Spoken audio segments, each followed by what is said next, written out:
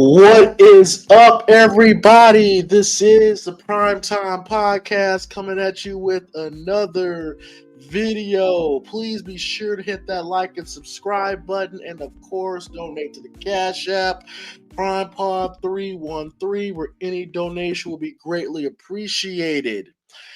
So now let's get into this. So this is a very, very controversial topic for a very controversial but very talented wrestler. Tessa Blanchard. Tessa Blanchard is a very, very interesting case.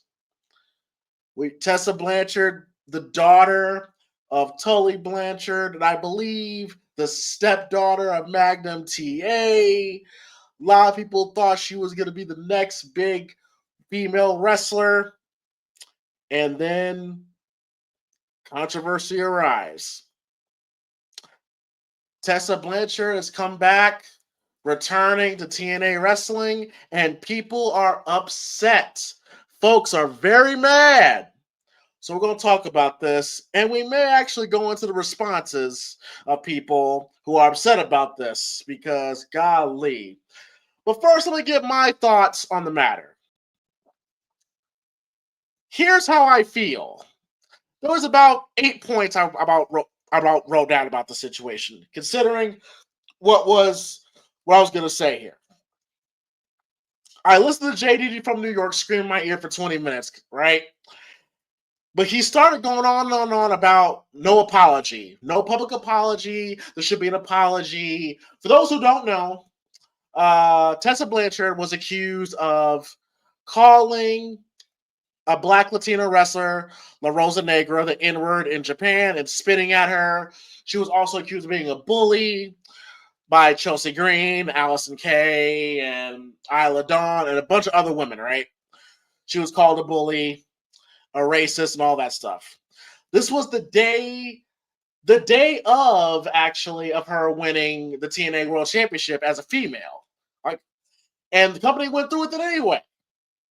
So several months later, Tessa Blanchard decided she's gonna go to Mexico with her then fiance Daga, and she was being booked to come back to TNA and to drop the championship, and she refused.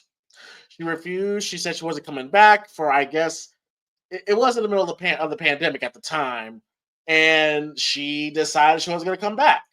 So they stripped her of the title, and she was, I guess, fired from the company, and she hasn't been back since.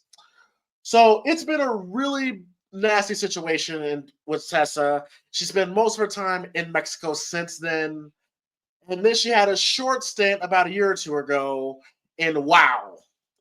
The Women of Wrestling with Jeannie Buss took over.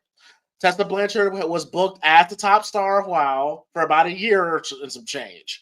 And then there was some falling out, quote unquote. Nobody will specify what that falling out was. And she was then booted from WOW. And this was not that long ago. So when people are talking about Tessa Blanchard's apology, well, first off, she denied that she did any of these things, even though there have been supposed to be witnesses of these situations occurring. She denies that ever happened, right? So if she doesn't feel like she did anything wrong, she said not all these things are false, why would she apologize for them? Now, an apology is a admission of guilt. If she says, hey, I'm sorry about these things, that means that she's admitting that she said them, but she has never admitted to saying them. Most recent interviews that she's done talking about these situations and these allegations of the racism and the bullying and etc., she was talking about being, she was, how can I say this? She's had thoughts of deleting herself. And she talked about how this whole situation has tanked her career. Now, I'm not going to lie to you. Tessa she's not a good person. It's not like she didn't do anything wrong. She's not a Girl Scout. She's got a bit of an attitude, and she's a bit abrasive. Even the people who, well, let's put it in proper context here. The woman who was the real victim of the situation said that it happened. Other people say that they saw it. Tessa denied that it occurred. And she claims she's not a racist. There's not a racist bone in her body. And in 2024, she was talking about ending her own life, of how damaging this was for her career. And she basically spiraled out of control after this. Even though she was TNA champion for a while, this whole situation got out of control. And I wouldn't say blackballed, but she was blackballed. After she screwed over TNA, AEW didn't bring her in, and WWE definitely didn't bring her in. She spent most of her time in Mexico. And then she kind of, well, because Mexico is different, let's say, she had been able to make a living down there. I'm not going to get into her personal life, but she was able to make a living in Mexico. And then she was able to come back, and the rumor swirled that she was going to return to TNA. But she never admitted these things occurred. She is still in denial that it happened. And I'm not gonna force someone to apologize who I believe they said that she never said. And in 4 or 5 years, she has continued to say that she's never said it. And she didn't do these things. Now, is all the other people lying? I don't know. I wasn't there. Now, I have no doubt that she has no history because, again, she was given a second chance when it came to WoW, and she managed to screw that up. And it can't be everybody else. So that means that Tessa does not play well with others. It is a problem, a Tessa Blanchard problem. Therefore, at the very least, she's a bitch. Maybe she's a racist, maybe she isn't. Otherwise, she's just a bitch. Everything we've seen from Tessa means that she's kind of is rough on people who are not as talented as she is. And while it was said that she cut skating promos on some of the women in WoW, they're not traditional pro wrestlers. They're mostly actresses going through spots and stuff like that. So they're not traditional pro wrestlers, and Tessa, of course, is. But it said that she was pretty rough on talent there. Also, she got into it with management, all that kind of stuff. And of course, she's been getting into it with individual wrestlers, calling them names, bullying them whatsoever. If we take all that stuff to be true, then she's just a bitch, and she's difficult to work with. Now, to that stuff, I say, look, and I hate to say it this way, but it's the only way to say this. If Tessa Blanchard was a man, nobody would care. I mean, we all sit here and we talk about CM Punk and how supposedly cornered Nick Namath in a locker room, or he cornered Jack Perry in a locker room and he beat up the Young Bucks. Nobody cares. Nobody cares if you can't get along with other people. This is a business. It's not a clubhouse. So if Tessa doesn't get along with some of the other women, so what? They just have to respect each other enough to work together. And hopefully the situation will blow over and they'll get over it. I mean, and that's just like one of the recent things of, look, there's tons of stories of guys of being jerks, even women being jerks. I mean, Britt Baker is consistently problematic in that locker room. I guess eventually they'll work that thing out. But Tessa Blanchard being uniquely targeted because she was a bully, it seems ridiculous, you know? Now, the racism stuff, I guess, is substantial. And that is the issue here. But apparently the two parties involved, being Tessa Blanchard and La Rosa Negra, have patched things up. They've been seen taking pictures together, and they're cool. And that picture was in 2023. So it was last year. So we don't know for sure that the racism stuff actually occurred. But we do know that the alleged victim of said racism is on good terms with Tessa Blanchard. So what right do I have to hold any hard feelings that of something that, one, I cannot prove occurred, and two, secondly, the girl who said that it did happen is taking pictures with her later on. I mean, it was 3 years later, but it still happened. So that's just one of the many things that we need to be talking about here is what's the response of the alleged victim and what actually occurred. Another thing that I wanted to put on record here is Gail Kim. So Gail Kim, a lot of people are, I guess they're kind of blame Impact management, better yet, Anthem's management, who are re-signing Tessa. But one of Tessa's biggest supporters is Gail Kim. Gail Kim is in a very interesting position in TNA. She has a lot of political power in TNA. I think she's like an agent or producer. I think she's also on the creative team. Gail Kim has always been a booster and protector of Tessa Blanchard. She supported putting the belt on Tessa Blanchard the day of all this stuff came out. The bullying accusation, the racist accusation, etc. Gail Kim pushed forward. She was in favor of the company putting the belt on Tessa Blanchard anyway, despite the fact of all that stuff. And in 2023, she even went on record to say that Tessa should be doing bigger things in the business. I think she was in Mexico at the time. And she was reminiscing about some of the matches that she had with Tessa. And no, it was 2022. I'm sorry. So it was 2 years ago.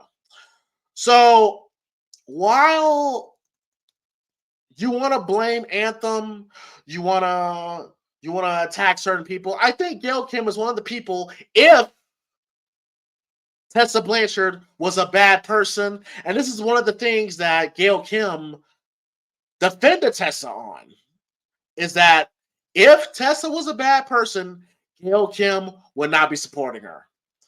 That was her defense at the time, because people were saying that Gail Kim was a hypocrite, supporting this big racist, while kind of also attacking WWE for being racist, because that's what she does. So she's a woke idiot. But anyway, the idea being that she said, look, if I saw any of the stuff that I've heard from Tessa, if I saw any of that stuff, I wouldn't have been supporting her. So she's always gone after the, I know Tessa, that's not the Tessa that I know.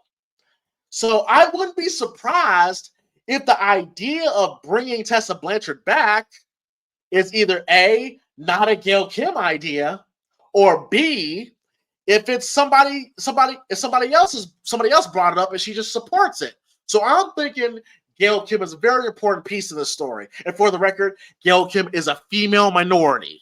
I think she's Korean or something like that. So I want people to think about that too. Is that Gail Kim is a huge SJW, and if she's willing to work with Tessa, and if she's willing to vouch for Tessa numerous times over the years, then I'm not saying one person can wash away the other stuff has been saying, but Gail Kim is a person of influence in TNA. So her opinion holds weight. And if this idea is pitched and it was not a person that Gail Kim thought could work in that locker room, she wouldn't be there. So again, does it counteract anything that Chelsea Green or Isla Dawn, Allison Kay said? No, it doesn't. It doesn't counteract what anybody else said. But Gail Kim has more authority in this business than they do. And if she's always been a supporter of Tessa Blanchard, and Tessa Blanchard would not get a check from TNA without Gail Kim being okay with it. And that would cover another one of my points, is that the company itself has a huge beef with Tessa, not just because of the racism and the bullying, but her refusing to do business previously. Now, it's a new regime. Scott D'Amore is no longer there. This is going to be very important this is going to be very important here, because Scott D'Amore is not there anymore. And I guess he would be the guy that Tessa had issues with when he was running the company, when Tessa was made world champion and when Tessa refused to come back and do business. Well, Scott D'Amore is gone. Now, one of the things that you see on the internet is that Tessa Blanchard being re-signed has caused problems in the locker room. That people like Jordan Grace don't want to work with Tessa Blanchard. To that, I say this. One, the biggest thing that they did was not Tessa Blanchard. It was actually firing Scott D'Amore. Because all of Scott D'Amore's guys are leaving. And this is an important bit to realize when you see why the company is bringing Tessa back. Speedball Mike Bailey is leaving. Jordan Grace is leaving. Josh Alexander is leaving. All three of these people are leaving. Before we even start talking about Tessa Blanchard coming in, just the firing of Scott D'Amore has led to people wanting to leave the company. Because these were people that Scott D'Amore recruited and brought into TNA. And they've always been loyal to TNA. And if you do your own research on you can do your research on people that was frustrated with Anthem when Scott D'Amore was fired. So these people the locker room's already divided. It's already a bunch of people trying to leave. So when you start talking about, well, Jordan Grace, she doesn't deserve. Jordan Grace is leaving. He's already leaving. So like the idea of the company should look after Jordan Grace is like she's not going to be there that much longer anyway. So what difference does it make? It's not like her decision to stay with TNA is hinging on whether Tessa Blanchard is going to be here or not. It's not an either or situation. Jordan Grace is leaving whether you bring Tessa in or not. So it doesn't matter what Jordan Grace thinks. Now you could say, well, you're asking her to work with Tessa Blanchard, which is, in my opinion, an important bit, yes. She doesn't want to work with Tessa Blanchard, according to the internet. She doesn't want to work with Tessa. She wants nothing to do with Tessa. Look, man, I can see why you want to avoid that issue. But at the same time, again, this ain't a clubhouse. This is a business. You put your differences aside for the good of the business, for the company. You're leaving anyway. What difference does it make to you who you put over on your way out? You're leaving anyway. And as I listen to JD New York scream in my ear, talk about Jordan Grace doesn't deserve this, doesn't deserve that. It's not like they're going to throw her in the freezer or something like that. It's not like Tessa Blanchard. It's not like Jordan Grace is going to be sacrificed to Tessa Blanchard. She's already losing to a bunch of people on TNA and on TV because she's leaving. She had been pinned by Masha Slamovich, Tasha Steeles, and a bunch of other women, which I'm sure she had no problem with because, again, she's leaving anyway. So she may have to hold her nose once or twice to work with Tessa Blanchard on the way out. It's not that big of a deal. You're good. Just lay down and think of that WWE contract that you're about to get. You're going to get paid anyway. Who cares?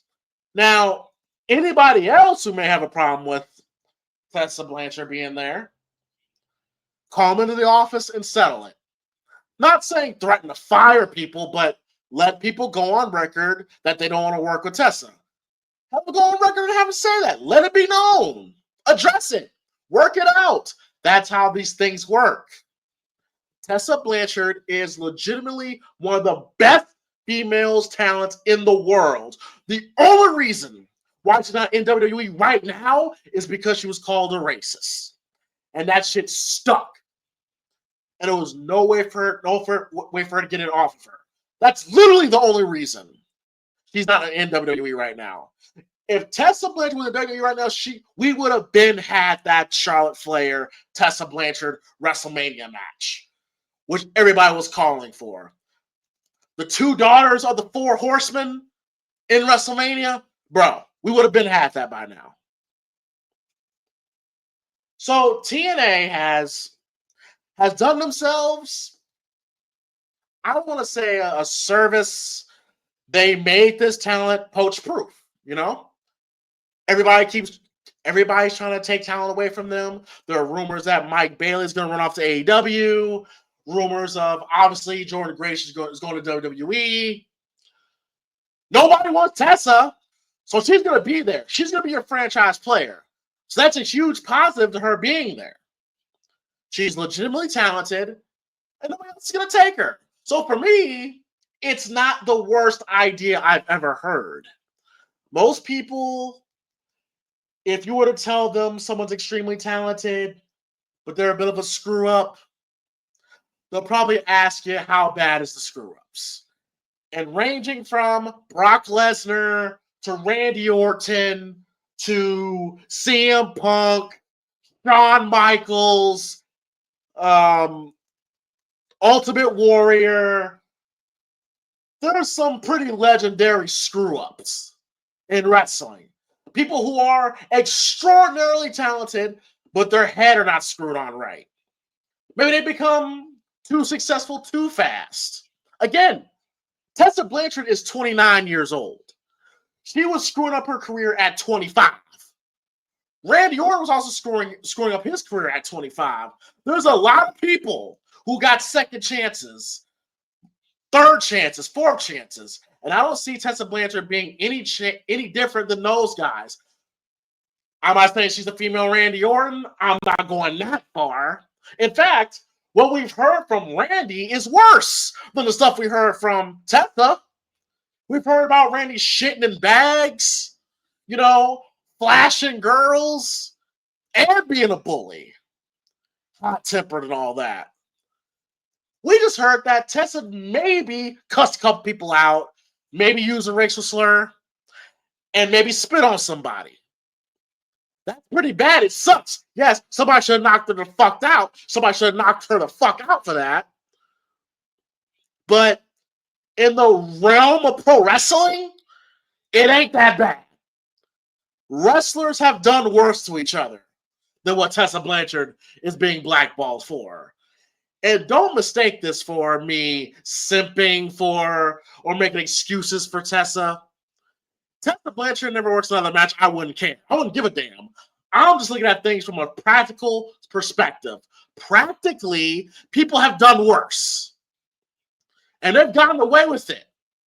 Either because they were protected politically, or they were so goddamn talented that nobody wanted to get rid of them. Whatever the excuse, people have done worse than Tessa and been fine. You have old videos of AJ Styles talking down on the LGBT community. You have old videos of Kevin Owens, then Steen, saying a derogatory term about the LGBTQ community. You have videos, old videos of Sami Zayn and Excalibur saying a derogatory term about black people. The CEO of WWE, Triple H, was in blackface, and he made a racial remark towards Mark Henry. Everybody has forgotten and forgiven that. When it comes to Tessa Blanchard, it's a big problem. That's all I'm saying. People have done way worse than Tessa Blanchard. However, I am deeply concerned because Tessa had not changed that much. Again, all the stuff comes out in 2020. She's given another opportunity when it comes to WOW, Women of Wrestling, and all female promotion, and she gets in trouble again, and she gets kicked out of there very quickly. So all that needs to be taken into account too. The fact that she got ran out of WOW because she got into it with management, and she got into it with some of the other talents. That wasn't that long ago. So I'm not even sitting here saying that, oh, Tessa has a girl, she's changed. I'm saying she might have a bad attitude. She might be kind of bitchy and shitty. But TNA is well within their rights to give her another chance. If that's what they're deciding to do. If that's what they want to do, if they want to give Tessa another chance, They're within the rights to do so because they have taken a chance on other shitty wrestlers with bad reputations. They let them come in and come back too. People with bad reputations of left one wrestling company and gone to another as well. It happens. I know everybody wants every wrestler to be a saint nowadays, but that's not going to happen. Some people are shitty people who are really good at their jobs. And the fact of the matter is, I want people to be good at their jobs. As long as you're not a pedophile or a rapist, I don't give a damn. I don't care that much. Because guys like MVP and Booker T have went to prison for a long time to pulling guns on people. And guess what? Everyone managed to get over it. All right? They managed to get over it. Guys have been kicked out of locker rooms for domestic violence and then went to some other company. And it turns out it's all forgiven. It's all over with. It's fine. Thumbs up. And so when you see people like Tessa Blanchard and Matt Riddle get more opportunities, you do say, okay, how many chances do people get? Is a legitimate question. At the same time, though, this is Tessa's and TNA's new opportunity. TNA is trying to get bigger. They're trying to grow the brand. They need a name attached to them. They need a franchise player, someone who's not going to up and leave. And if WWE fully believes it, and they have certain women on the roster who will not work with Tessa and are definitely against Tessa being there, then guess what? She's not going to go to WWE. If just for the political negativity, AEW won't touch her. And again, these people have 4 or 5 years to try it, and nobody did. She's going to be your franchise player. She's legitimately good. She can carry your division. And you want that to be the best division in wrestling because that's what TNA has always allowed itself in being the home of women's wrestling. It's been overtaken by NXT, obviously. But Tessa's never... If this works out, she's never going to leave. She's not going anywhere else. So let her be the cornerstone of your women's division. I don't see a problem with that either. As long as everyone gets along. Now, if she goes back there and she's acting up again, just fire her ass and call it a day. And I see a lot of people who don't watch TNA, people who still think Jordynne Grace is the women's champion. She's not, by the way. I heard that in JD from New York video. Ooh, why did Jordynne Grace have to lose to Grace? Jordynne Grace ain't even a champion. I have to tell you that people don't even watch the fucking product to begin with, and are upset about this. Nobody watches TNA. A bunch of people who don't watch TNA are mad at what TNA is doing. My opinion of it is, it's your company. It's a company. It's a business. It's not a clubhouse. Everybody ain't got to be friends. Nobody has to have sleepovers. Nobody has to be best friends and buddy-buddy. And this was 5 years ago. If she can make up with the woman, that was called the slur, then everybody else can get over it too. But I'll still be on edge when it comes to her.